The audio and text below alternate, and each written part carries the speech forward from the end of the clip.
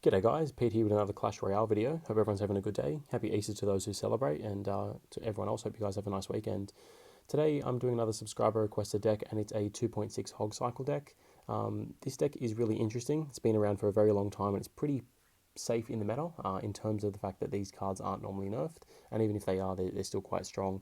My advice to people that are under leveled, so if you know a level 8, 9, 10 still coming up, the one thing that I would focus on spending your coins on and upgrading would be your Musketeer.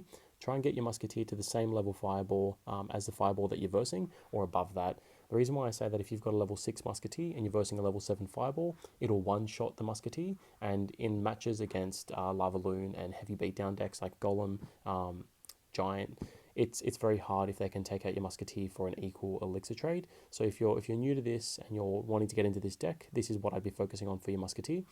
For people that have been playing for a little bit longer, just a bit of advice on how I look at this matchup and play this deck. So I see that you have definitely one win condition in the Hog Rider, but I also see that you have two secondary win conditions, and they're both the Log and the Fireball. This goes for similar matches like 2.9 Expo, where the fact that you can use your Log and your Fireball to get chip damage off the tower once you've done sufficient damage. So if the tower's at 12, 1300, then that's a good time to start Log cycling, using your Fireballs not too aggressively, but using your Fireballs to get some decent chip and some interactions with their troops that play behind the tower.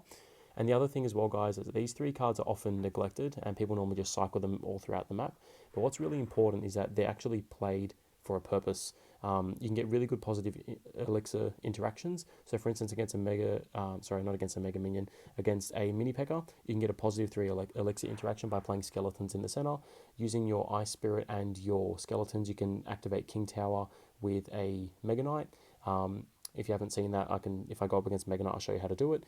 Using your Ice Golem to kite Mega Knights, Valkyries, Knights, Golems, no, sorry, not Golems, P.E.K.K.A s, Baby Dragons. So again, you can see there as an example, the minimum that I said there was a positive interaction trade was 1 with a Knight, and up to 5 with a Mega Knight that's coming at you. So yeah, you can use all these cards efficiently, but that's the way that I'd be looking at it. So we're going to jump into a classic challenge. Again, I don't have enough gems, I'm sorry, to do a grand challenge at the moment. Going against Lil Loyal Taco from Cinquanta, if I pronounce that correctly, or Quinquanta. Good luck. I'm going to go for a Hog. Very tricky matchup straight away, guys, going up against Balloon. So this is probably one of the hardest matches because you've only got one air counter, being the Musketeer. You're going to take one hit. You can get a King Tower activation with your cannon if it's played deeper, in terms of if the balloon's played earlier in the back of the opponent, and then you can cycle one cannon here and then you cycle another cannon right here. But because the balloon was cycled at the bridge, I didn't really have the ability to do that. We've already cycled back to another Hog, so we're going to go for it. Got a Tesla. Just going to log this. As I said earlier, guys, just getting some nice chip damage with my Log is important. And I'm just going to let that E-Wiz get some hits off. Normally you can defend it, but I want to save my Ice Spirit for the balloon. And again, as you can see, the key thing with this deck, guys, is getting split elixir, your tower damage down on both sides, sorry, not elixir. So he gave me the oops. I really don't mind about the oops. He's going to another balloon. I'm going to play some skeletons and then go for this. And I'm just going to fireball this in a few seconds. It's fine by me. And no hits, so well played. And my Musketeer seems to be jammed, but off she goes. I'm going to go for another Hog. And if he goes for an E-Wiz, I'm just going to log. It's okay by me. So he doesn't get any chip damage with that. Thank you. Give him a kissing emote. What's your favourite emote, guys? This is my selection at the moment. Wow, likes his BMing. So I am going to cycle a cannon. So you can see, as I said earlier, guys, we've got both our towers evenly spread in terms of damage, and that's exactly what you want to do. You're trying to hold out as best as you can to make sure that your opponent is not getting too much damage on one tower. I'm going to play the Ice Golem there so we don't take too much damage off onto our tower. Wowza. Did not see that coming, not going to lie. You can log that, that's fine, but our Musketeer will get some nice damage. I'm going to play an Ice Spirit again, just so we can get a few more shots off. Here comes the balloon. The balloon's going towards cannon, which is fine. I'm going to play an ice golem here so we can distract the giant skeleton. And then we're going to try and avoid those death bombs if we can. Awesome, and we're going to go straight away with a counter push of our hog. We're going to log this back so we can try and keep our musketeer alive just a little bit longer, and he's going to be forced to log. You can see, guys, that we've used log a few times now on that tower, and we've actually gotten some nice damage off. That musketeer might be a mistake cycling in the back, but we're going to go for a high cannon. We're going to go for this. We're going to go for a hog. We're going to go for skeletons. I'm going to fireball it all. And there you can see how the musketeer is still locked on. And we're going to go for a log. And at this point, guys, we're pretty safe. All we just need to do is cycle back to another spell. So I'm going to play a deep musketeer just to be safe. I'm going to go for some skeletons. Well played. And fireball. Good luck. Hope that makes sense, guys. So we reversed a pretty heavy matchup. Pretty solid counter. He had Ewiz and a Tesla to take out our remaining troops on a counter push, as well as our hog, definitely. But yeah, we managed to get through. So just to show you that deck quickly, in its full entirety, was that. So a bit of a strange deck. I also had arrows as well, which I didn't see. But yeah, so that's why we split the tower damage both sides, and we can do the same thing. But at that point in time, I was quite happy to continue pushing. Wish this person good luck.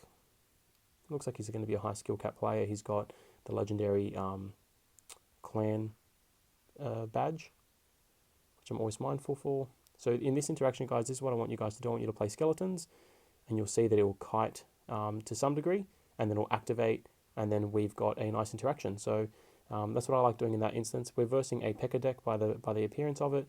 I'm going to let that go, and I'm going to try and get a bit of a counter push as best as we can. Yeah, straight away with a P.E.K.K.A. So you'll see how we use our ice golem to get a nice interaction here, providing he doesn't have Ewiz in hand, which will slow it down. So this is the tricky part. If he does have an Ewiz, we're in trouble. And the P.E.K.K.A is going to be dragged all the way across the arena. It's got a magic archer. That's fireball value for me. Wait for the P.E.K.K.A to cross, and we'll do some damage on both of them. So I'm actually quite happy with that, given the well played. And you can see again, guys, P.E.K.K.A bridge spam is a very challenging matchup. But I've also got him to spread his damage across both towers and not just taking it on one side. And that's really, really important. That was a really nice dash by the bandit. A bit unlucky to not get the hit off, but I'm really glad that our little ice spirit got there where he needed to get to. And perfect again, we take no hits. That's some nice fireball value. I am very mindful of that he's got a magic archer, but then in that interaction, as you guys saw, I was actually pretty confident that we'll get both, because I know he'd have to play more than just the Ewiz to defend, and that's exactly why I went for it. I'm also going to go for an ice spirit here, so we can try and keep this tower alive as long as we can. I'm not going to play skeletons because we're running a little bit low on elixir, and I can use those to distract a magic archer, or to distract a P.E.K.K.A or a dashing bandit. Given the well played, we've got the slight damage advantage. He definitely has matchup going into double elixir, so I need to be very aware of that. He's gone for hog. He's gone for P.E.K.K.A, so I'm going to go for hog at the river. And again, he will probably defend that, or he may let it go, which is fine. But I also don't want to let him get too comfortable with building up a big push, and that's why I went for that right there. So I'm going to go for a cannon, but I'm also going to try and get an ice spirit down if I'm lucky. Missed the ice spirit, but that's okay. I'm going to go for a fireball. I'm also going to go for a ice golem again, just to kite it across. I'm going to wait for the P.E.K.K.A to be out of range. We're going to go for skeletons and a log, and that'll deny the charge getting off, even though he did zap us. That's okay. I was actually quite surprised that we managed to defend that quite nicely. That ice golem is going to get us some very important damage. I'm going to go for another cannon, but this time I'm actually hopefully going to be able to land the ice spirit. Awesome. It's going to, and you can see we take away the charge that we're going to be facing. That's fireball value right there. I could even log this, but I don't want to. I'm just going to keep it going. I'm going to go for an ice spirit in case he plays a. I was going to say a P.E.K.K.A if he plays a royal ghost. Sorry, guys. So that's more log value. I am going to wait a second. You can see that we're also spreading the damage. I'm going to go for some skeletons, and I'm going to go for a ice golem, and I'm going to go for a cannon down here. So you can see I'm mixing things up, guys, so he's not getting too much spell value. He'll probably get a lock on with that magic archer, definitely. It's actually a decent push. I'm going to go for a log here because he's got some decent damage. It's a bit aggressive on that poison. I could be wrong. Go for a fireball. See how we go. Get that hit off. And well played. So that's how I play that matchup, guys, if that makes sense. So yeah, very, very tricky. I got him to split his damage. And that's what bridge spam normally does. P.E.K.K.A. bridge spam tries to do. It tries to get damage on both sides, and then you overcommit elixir on one side and you can't actually defend it. So you can see that I was playing troops in the middle with my cannon, and that way the troops are going. My opponent's troops are going to my troops, and my cannon was able to do some damage off on them. So very tricky matchup. We versed a pretty decent player over at champion level, and yeah, seems to be his deck that he likes to use. So I'm going to leave the video there, guys. We versed two completely different matches. We versed a random giant skeleton matchup with balloon, and you can see how we defended it. With that kind of matchup, you need to be cautious as to when you use your musketeer, because again, you've only got one air counter.